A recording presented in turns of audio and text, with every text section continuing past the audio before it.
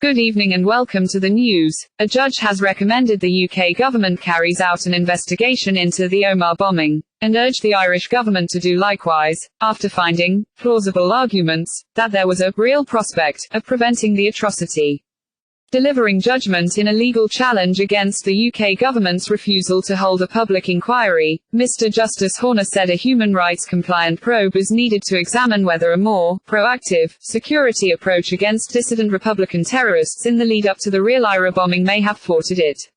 The outrage in August 1998 killed 29 people, including a woman pregnant with twins. It was the worst single atrocity of the Northern Ireland conflict. In other news, Ireland's scorching summer heatwave will be broken by thunderstorms this weekend.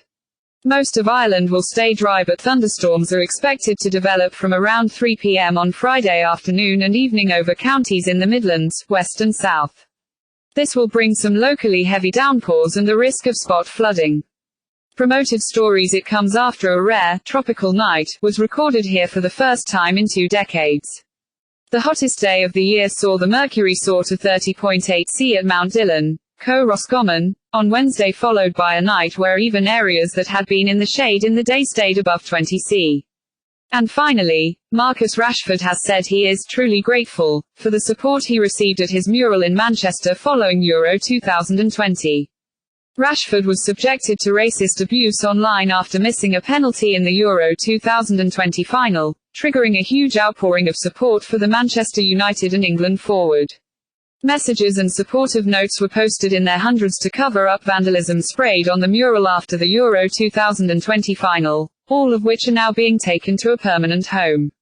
At one of my lowest points, the outpouring of support around this mural really lifted me, and I'm truly grateful for that, Rashford tweeted. Pleased to say that all of your lovely messages will live on through the digital wall of hope. How Manchester reclaimed Rashford's mural after racist graffiti on Friday. The messages were removed so they could be transported to a more permanent home, Manchester Central Library's archives. There were concerns the messages wouldn't survive after an unexpected downpour on Thursday evening. Staff from the Manchester Art Gallery and Archives team rushed to the mural as soon as the rain started and were relieved to see that despite being very wet, the vast majority of the messages survived the inclement weather. Asked why the messages are so important, Larissa Bolton, senior archivist at Manchester Central Library, said, "It's about Marcus and it's about his lived experience. It's the fact he has to deal with huge amounts of racism while he's just doing his job. And everybody's turned up to say they've got his back. It's just simply that makes it so important." BT's Hope United, an initiative which aims to tackle online hate, has worked with Withington Walls, who first commissioned the mural, to create a digital version of the covered wall. Visitors to the web page can browse the messages of love and support virtually. That's it. The late news. We're back tomorrow at 5:30. For now, for the late team, thanks for watching, have a lovely weekend, good night.